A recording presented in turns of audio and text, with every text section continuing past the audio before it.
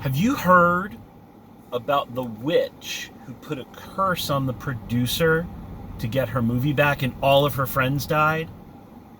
Or have you heard about the family that had a pact with Paimon and they all died? Or the teenager that used a Ouija board and accidentally contacted Pazuzu and became possessed? This all happened in movies. Well, Brand New Cherry Flavor is the first one, Hereditary the second, and of course, The Exorcist. Cool stuff. And we, as you know, when you're into something like magic, right, and spirits, you kind of want to consume media about it.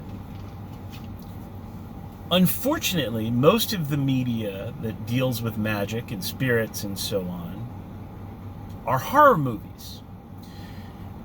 And like it or not, this gives us an unrealistic depiction of what happens when you do magic. Now, if you know this, it's good. Unfortunately, a lot of people seem to have trouble separating reality, the reality of being a witch or a magician, from the horror movie version. Because more and more and more and more, I'm getting emails from people who, they're afraid to go to the graveyard because they heard somewhere that spirits will attack you if you go to the graveyard. They're afraid to do simple spells. They're afraid to contact a spirit.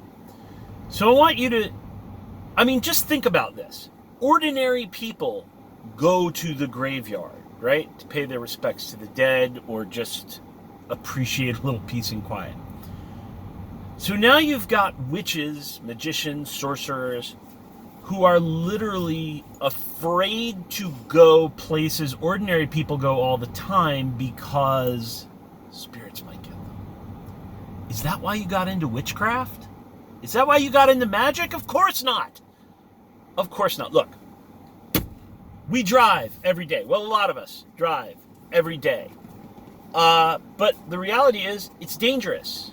People die in car accidents all the time. People get hurt in car accidents all the time. Hey, Winston, we're coming soon. But you know what we do?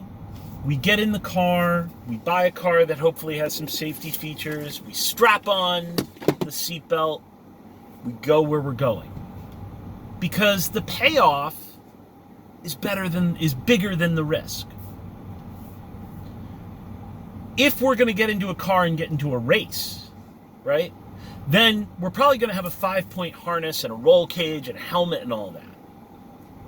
So the precautions we take match what it is we're trying to do.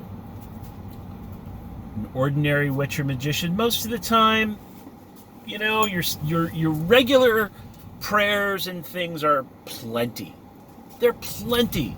Your regular, your connection to the spirits is probably your best defense.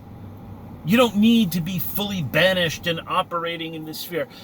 But hey, a talisman, something like that, that's always a good idea. If you're doing something particularly dangerous, then sure, circle on the floor, big full banishings, whatever it is. But, in my new book, Consorting with Spirits, I actually don't have a protection chapter. I know. I wrote a book on spirits without a protection chapter. You can bet I'm going to hear the complaints. But here's the thing. There's a chapter on fear. I wrote a whole book about protection magic. And honestly, a little chapter doesn't quite do it justice. But fear is something that you need to manage if you're going to get involved in magic. You need to have some kind of realistic sense that if you have the power to reach out and call a spirit or to affect change in the world, right? If you have the power to call that spirit into your room, into your temple, or even just pray to that spirit to help with your folk magic or whatever it is, that if you have the power to call it, you also have the power to banish it. The idea that your magic will work to get you into trouble, but not work to get you out of trouble, that's horror movie thinking. That kind of thinking is, all of this is just the work of the devil. It's all meant to lure you in so the spirits can swallow your soul. And that's not the way it is. I know, magicians in their 80s and 90s that I've been friends with since I was in my teens and 20s, and they consort with spirits their whole lives, and they're fine. And I'm fine. So that's not the way it is. Unless, of course, I am trying to lure you into some magical plot and swallow your soul, which is always a possibility. So just, if you have faith that the magic works, have faith that the magic works to get you out of any trouble it can get you into. And it can get you in. It's not all sunshine and rainbows. People on the other side of this debate who are like, oh, all the spirits are good, nothing will ever happen. Well, that's not realistic either. That's like somebody telling you nothing is going to happen if you drive like a lunatic. But if you're going to do the thing, take reasonable precautions, and you don't have to be fearless, but don't be crippled by fear. And for God's sakes, if your Aunt Sally can go to the graveyard, I think you can maybe go too. Thanks. That's this Friday's video.